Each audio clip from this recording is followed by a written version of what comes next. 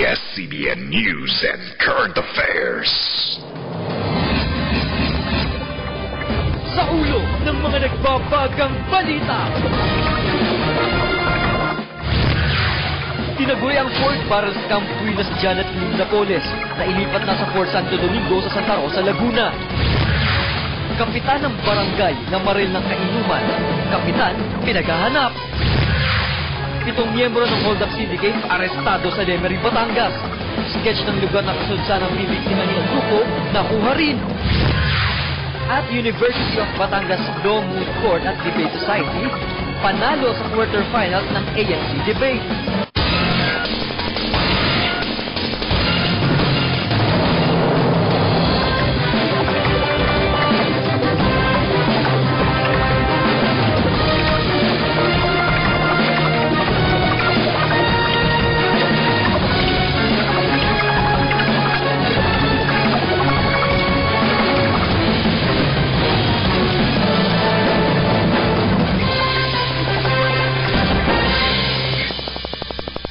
Live mula sa ABS-CBN News Center, Batangas. Ito ang Troll Southern Tagalog.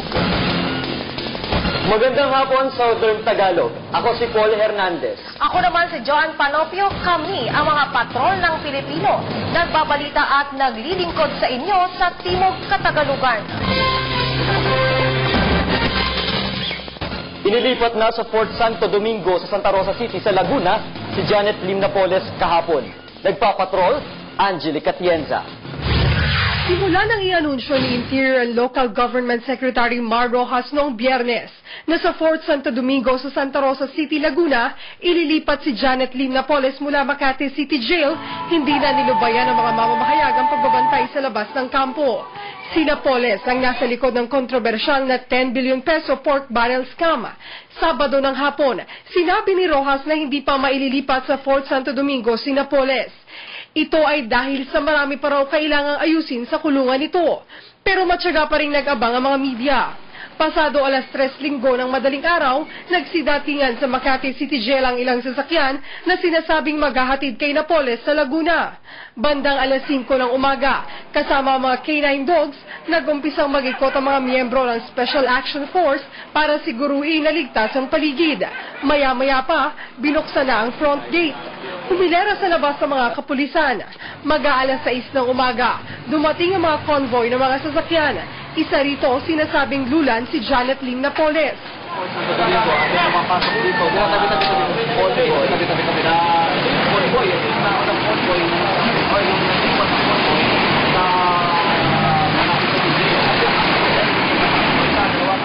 Pagkapasok ng convoy sa second gate, mabilis na nagbarikada ang mga tauhan ng Special Action Force para hindi na makalapit pa ang mga miyembro ng media. Samantala, sa mga litratong ipinost ng PNP-PIO, makikitang nasa loob na ng kulungan si Napoles. Sinuri siya ng police doctor at tinignan din ang kanyang blood pressure. Napapalibutan naman ng mga steel bars at barbed wires ang kanyang kulungan. Mananatili si Napoles sa lugar kung saan dati ring naikulong si dating Presidente Erap Estrada. Mananatili si Napoles sa lugar kung saan dati ring nakulong si dating Presidente Erap Estrada, Senador Jinggoy Estrada at Senador Gringo Nasan. Naglagay naman ng mga CCTV camera sa paligid ng kulungan para masiguro ang seguridad sa lugar. Angelica Atienza, Patrol ng Pilipino, Santa Rosa City.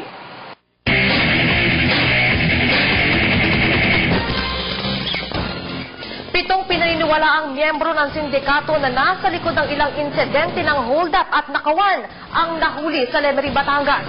Nagpapatrol, Nevi Calma. Kanya-kanyang depensa ang 7 kalalakiang ito na hininalang miyembro ng mga sindikato na sangkot sa mga panguhold-up at pagnanakaw sa Batangas. Kinilalang mga ito na sina William Arenas, Joel Madali, Danilo Culabat, John Paul Ocampo, Alejandro Mulato, Gerson Valencia at Felipe Jr. Pamanda. Sila ang dawit sa panguhold-up at pagpatay sa isang negosyante noong ika-11 ng Agosto. At nito lamang ika-28 ng Agosto nang biktima uli ng negosyante ang grupo na naging bitag naman para mahuli sila. nagkaroon naman tayo ng robbery incident kung saan ay sa kabutiang palad na recover natin yung ginamit na motorsiklo. At dito tayo nagkaroon ng breakthrough.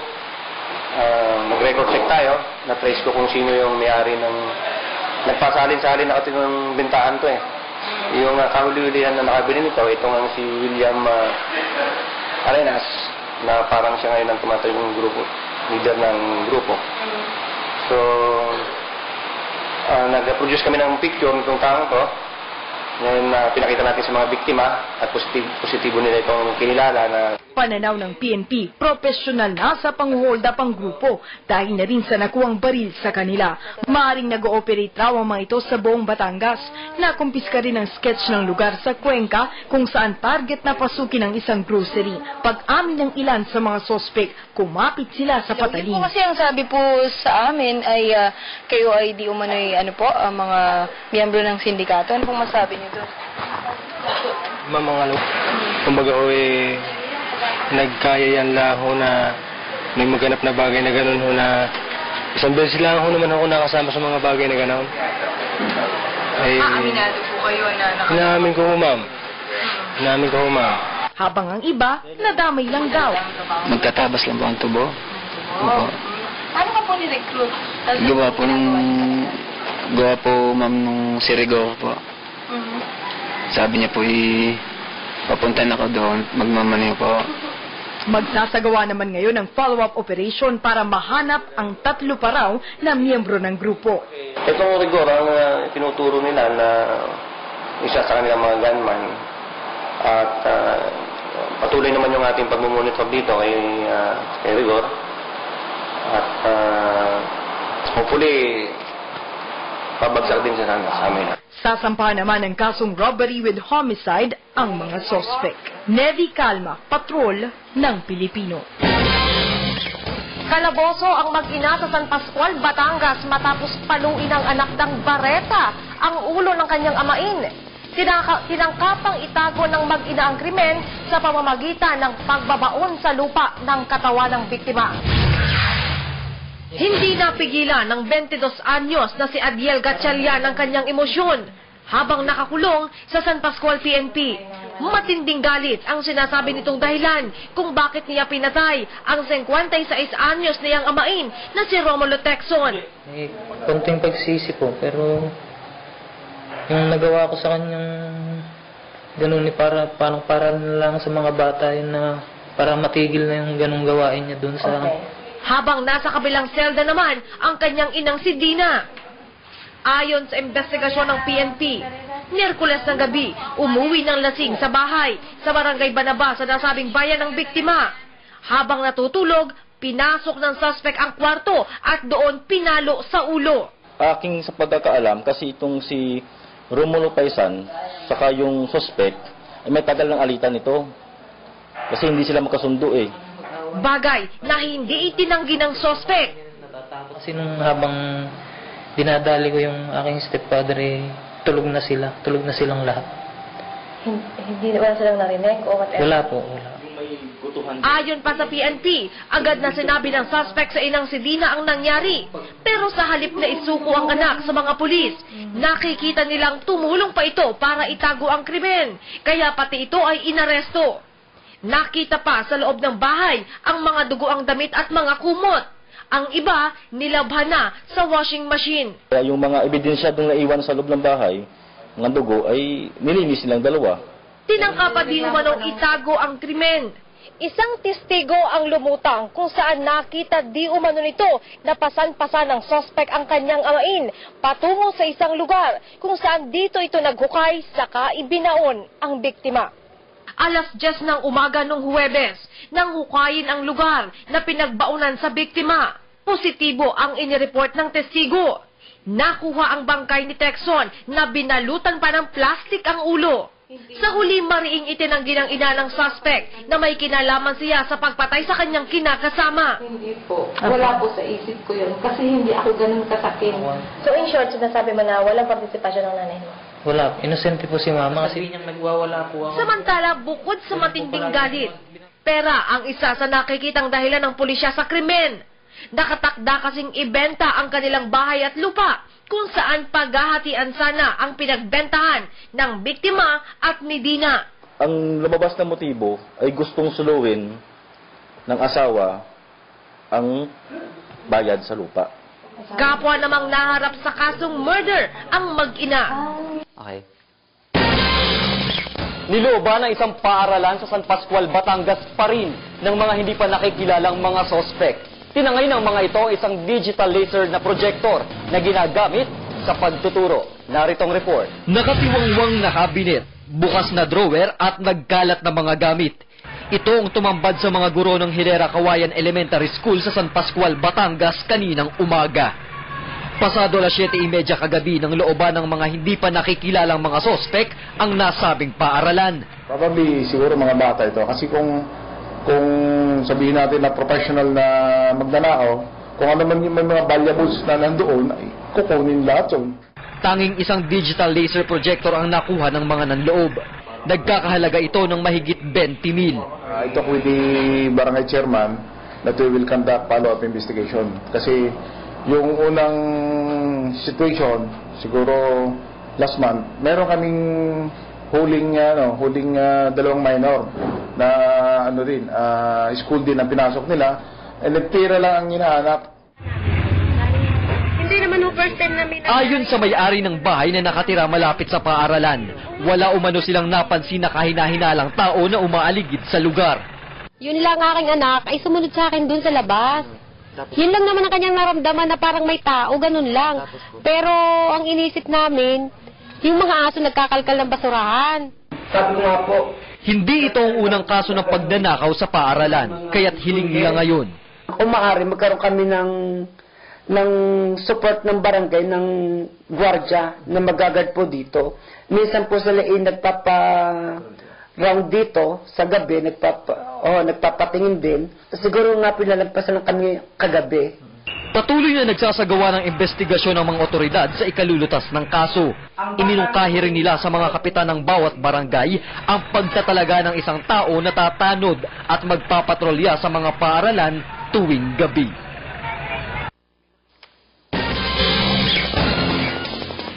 Dalawang patay matapos mahulog ang isang jeep sa bangin sa Pagsanhan, Laguna. Nagpapatrol, Nevi Calma. Nagkalat ang mga santol na ito na lula ng jeepney matapos mahulog ang sasakyan sa bangin sa Provincial Road sa bahagi ng barangay Pinagsanhan, Pagsanhan, Laguna. Galing Cavinti, ide-deliver sana ang mga ito sa Binyan City. Pero nawalan daw ng preno dahil may kasulubong na kotse, imbes na kumaliwa papunta sa kabilang lane, kumanan ito at nahulog. Mabangga niya yung metal barriers. Lumipad yung dalawa tapos saka dumiretso doon yung jeep. Hindi rin daw malaman ng driver na si Edelberto Gatay kung bakit nawala ng preno ang jeepney. Galing po sa mekaniko po yung jeep bago po yun. Kasi hindi ko po ginagamit yun ng medyo presya ang preno kasi naano nga po kagado. Sugatan ng dalawang sakay sa harap ang mag-inang sina Amparo at Nor J. Villanueva. Pero binawian ng buhay ang dalawang nakapwesto sa taas ng jeepney na sina Daniel Francisco, 30 anyos, mula sa Victoria at 22 anyos na si John Nico Villanueva mula Santa Cruz. Magkahawak kamay pang nahulog sa bangin pero nadaganan din ng jeep. Nagluluksa ngayon ang pamilya ng mga ito. Ang tatay ni Nico, nasa kasunod na jeepney lang noon, nangihinayang na ang kagustuhan ng anak na makatulong sa negosyo ang naging mitya ng buhay nito. Siyempre masakit. Gagraduate yung anak ko yun eh. Lagi talagang sumasama siya pagka walang pasok eh. Ay tumutulong talaga siya sa amin. Ganon din ang pamilya ni Daniel. Sa tinagal-tagal na nitong pahinante sa prutasan, ngayon lang ito na aksidente. Malungkot. Tapos galit dun sa nangyaring aksidente niya. Driver. Nakahablang niyo po ba yung paalala naman ng otoridad? Kailangan po pag nag-driver, active po tayo at tayo mag-relax kung hindi natin kabisado yung kalsada. Tsaka i-check lagi bago bumiyahe, i-check lagi po muna yung kailangan nating yung makina niya, preno. Pinag-aaralan pa ng pamilya kung ihahabla ang driver ng jeepney sa kasong reckless imprudence resulting in homicide with multiple physical injury and damage to property. Nevi Calma, Patrol ng Pilipino, Pagsanhan, Laguna. Nagpaalala ang COMELEC laban sa mapagsamantalang individual na nagbabalak tumakbo sa darating na eleksyon. Hindi nila akma ang ganitong kaagang pamumulitika. Narito ang ulat. Isang buwan pa bago mag-SK at barangay elections, pero kapansin-pansin na ang mga posters at tarpaulin sa mga eskinita at kalye sa Batangas City, na ayon sa COMELEC ay pasimpleng pangangampanya para sa darating na halalan. Bagamat mahigit isang buwan pa bago ang paghahain ng Certificate of Candidacy, ayon sa ahensya, hindi na bago ang ganitong uri ng eksena tuwing halalan. Ganito na raw ang uri ng pamumulitika sa bansa. Considering that this is a barangay SK elections, lahat ng mga kumakandidato dyan, doon sa isang barangay, magkakakilala yan.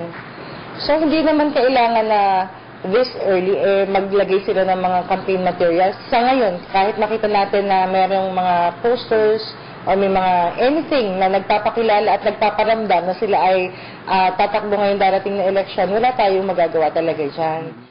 Dagdag pa ng komisyon, wala rin naman daw silang magagawa para pigilan ang mga individual na nananamantala sa pagkakataon. Yun nga ang nagiging problema natin kasi walang batas tayo ngayon na nagbabawal para sa maagang pangangampanya o pagpapakilala. So yun naman ang sinasabi lang nila na sila ay nagpapakilala bilang mga sakasakaling mga tatakbo sa kanilang mga barangay. Paalala ngayon ng komisyon sa mga nasa likod ng ganitong gawain. Sumunod na lamang sa itinakdang araw ng pangangampanya. Lalo't magsisilbi pa man din daw silang huwaran ng kanilang mga kabarangay. Doon sa mga gustong mag-file ng Certificate of Candidacy at ngayon pa lang ay sinasamantala na ang paglalagay ng kung ano-ano mga posters or pictures or anything na magpapakilala sa kanila ay wag naman po. Samantala, nakatakda ang paghahain ng Certificate of Candidacy mula Oktubre 11 hanggang 17, habang ang panahon ng kampanyahan ay mula 18 hanggang 26 ng Oktubre. Idaraos naman ang barangay at SK election sa Oktubre 28.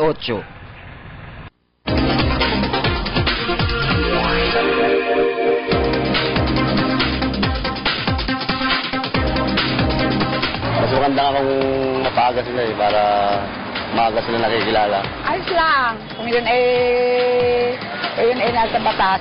Ayos lang naman po yun. Basta kung sila naman po responsible enough doon sa mga ginagawa nila at kung sila naman po ay loyal, okay lang. Para makapili ng ayos-ayos. At dapat sumunod sila doon sa patakaran dahil may binigay namang mismong araw or date ng pangangampanya. Kasi pakita lang nila na sila, na deserving sila sa kanilang ina-apply posisyon sa gobyerno.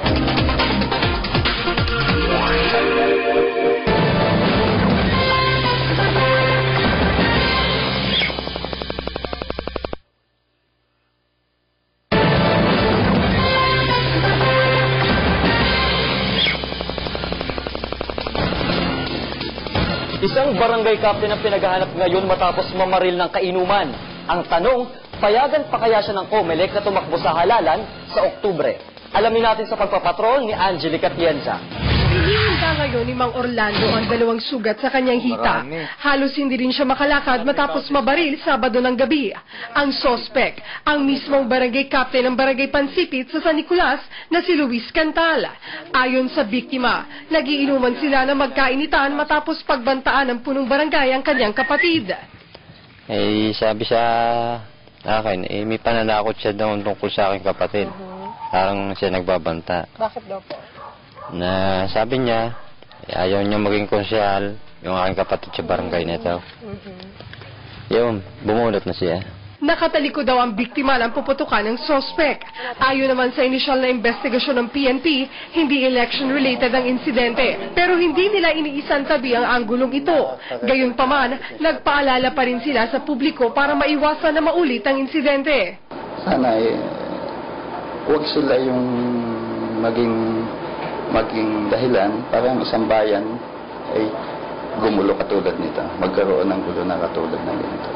Sa ngayon, patuloy na pinaghahanap ang nakatakas sa suspect na nakaharap sa kasong attempted homicide. Ayon naman sa COMELEC, sakaling masampahan ng kaso ang barangay captain, papayagan pa rin itong tumakbo sa darating na eleksyon, pero maaari itong madiskwalipika sakaling mapatunayan na ito ay nagkasala. Angelica Tienza, Patrol ng Pilipino. Napisto ng Provincial Intelligence Branch ng Batangas Provincial Office ang iligal na operasyon ng kalakal na produktong petrolyo. Ito yung tinatawag na paihi. Sa Barangay Bulihan, Malbar, Batangas noong Sabado, nahuli ng mga otoridad ang suspect na si Alvin Montilla, 27 anyos, residente ng nasabing barangay. Samantala, noong 28 ng Agosto, nireid din ng mga otoridad ang paihi sa Barangay Antipolo del Norte sa Lipa City. Nahuli rin ng mga suspect na sina Jason Laines at Julian Di Makulangan na mga residente ng Barangay Pansol, Padre Garcia. Sa kabuuan, aabot sa 1,500 litro ng petrolyo at 5,068 piso ang nasabad ng pulisya. Sa ngayon, nasa kustodiya ng Batangas Provincial Office ang mga suspect, habang inihahanda na ang mga kaukulang dokumento para sa isasampang kaso sa mga ito.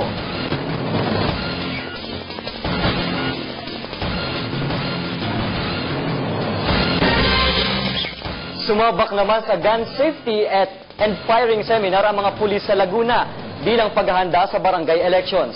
Nagpapatrol, Nevi Calma.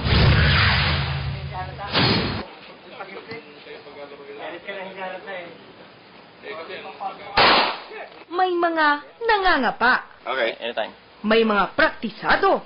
Are you ready? Ready. Sabay!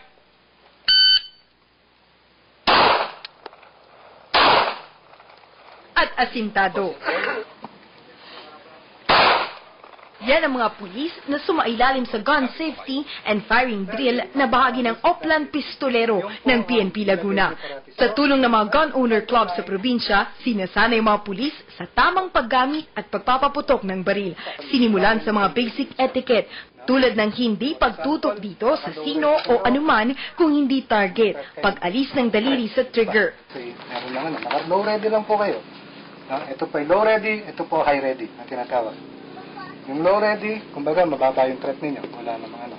Kung mataas ang threat ninyo, pwede nyo sabihin naka high ready kayo. Pero hindi pa kayo naka-point sa target. Kasama rin ang mga rules sa firing range. Itong ginagawa nila ngayon, ito yung review na lang daw ng kanilang natutunan bago pa sila naging pulis. Ito yung basic marksmanship o yung tamang paghawak ng barel, yung tamang forma ng katawan para maging tama yung kanilang shooting. Si Pio2 Lotho, aminadong kulang pa rin ang kaalaman pagdating sa gun handling. Meron pa rin mga ibang kakulangan, kaya so hanggat maaari sana, yearly o kaya every year talaga meron kaming mga seminar pagdating sa ganyan kasi napaka-importante sa pulis yan eh. Habang ang iba, daing naman din ang kakulangan ng armas. Personal namin to, personal. Sana, kung mabigyan sana yung mga bagong pulis na makapagbigyan may baril na sila. Paghahanda na rin daw ito sa gagawing barangay elections sa Oktubre at magsisilbing paalala sa mga gun owners, public servant man o sibilyan. Well, it is important ngayon dahil may barangay elections dahil sila ang nasa front line in maintaining the peace and order. Even po hindi naman po gun ban, responsible enough, they are all responsible to follow the rules and regulations na binibigay ng ating gobyerno. Isa sa ilalim ang lahat ng pulis sa Laguna sa ganitong training sa loob ng isang buwan at hinihikayat din ng mga sibilyan na makilahok para malaman ang mga responsibilidad na kaakibat ng bawat armas. Nevi Calma, Patrol ng Pilipino, Pagsanhan, Laguna.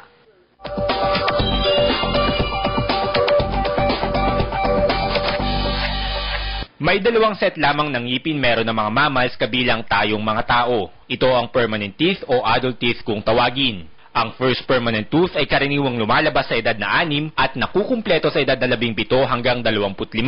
Nagtanong naman si Belen De Castro kung pwede pa bang tubuan ng ngipin ang isang taong nabungian sa edad na 18. Ang alamin sagot sa tanong na ito ay hindi dahil puro permanenteng ngipin na ang meron sa edad na ito. Pero, posible namang mapalitan ng nabungi ang ngipin sa pamamagitan ng dental implant surgery. Ang dental implant ay isang aparato na karaniwang gawa sa titanium na ibinabaon sa panga para sumuporta sa artipisyal ng ngipin. Dito sa Pilipinas, nagkakahalaga ng 50,000 hanggang 500,000 piso ang halaga ng dental implant surgery. Maaari namang tumagal ng 4 hanggang 9 na buwan ang proseso ng pagpapakabit ng ngipin depende sa klase ng buto o saang parte ng panga ito dapat ikabit. Bagamat ito nakikitang pinakamagandang paraan para magkaroon ng panibagong ngipin, hindi naman lahat ay posibleng sumailalim dito katulad ng may mga diabetes, lulong sa alkohol, may psychiatric disorder at mga walang sapat na buto para hawakan ng implant. Sa pagkakataong ito, pwede namang gumamit ng dentures o postiso.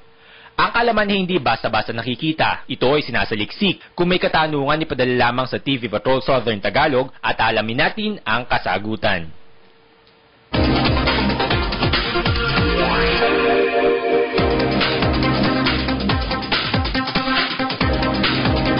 Ayos lahat. Malinis ang kuwan ng kapaligiran. Napangakampanyang maaga. Hindi yung dapat mo nang gawin nila. Dapat ang pagtuloy nila, yun ang nangyari ngayon. Sa akin pwede naman ng maaga, pwede namang saka, pero hindi dapat muna yan, medyo maaga pa eh. Oo, okay lang sa akin yun. Kasi ang habol ko lang naman ay malinis ang pangangampanya. Opo, okay lang po. Kasi po, kaya po agad silang nangangampanya para po madali silang makilala. Hindi, nasa sa kanila na yun dahil sila nangungumpanya. Hindi. Yung sa kuwan taga-suporta lang kami. Ayos lang po. Oo, malapit na naman ang leksyon. Ligay October.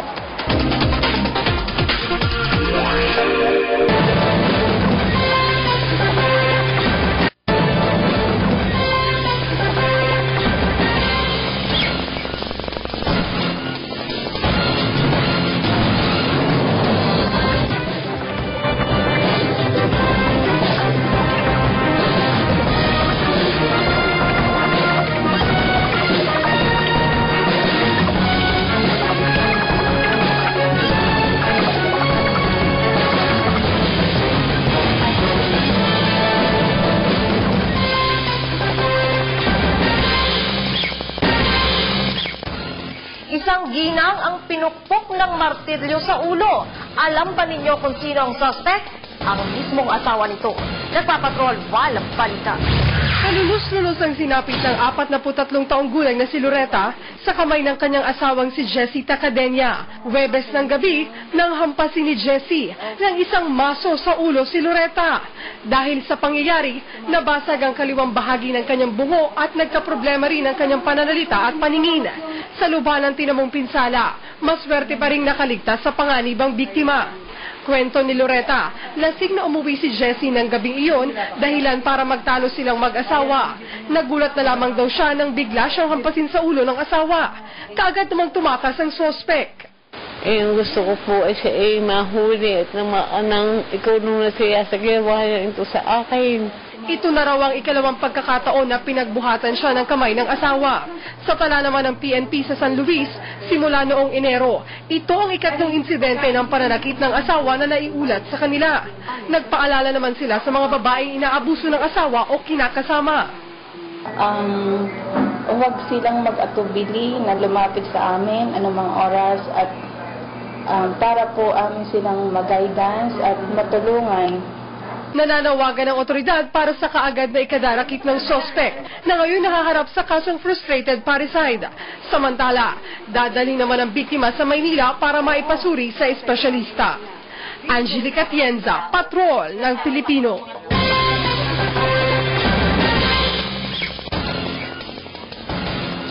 At yan ang mga balitang nakanap sa aming pagpapatrol sa Southern Tagalog. Maraming salamat at magandang gabi.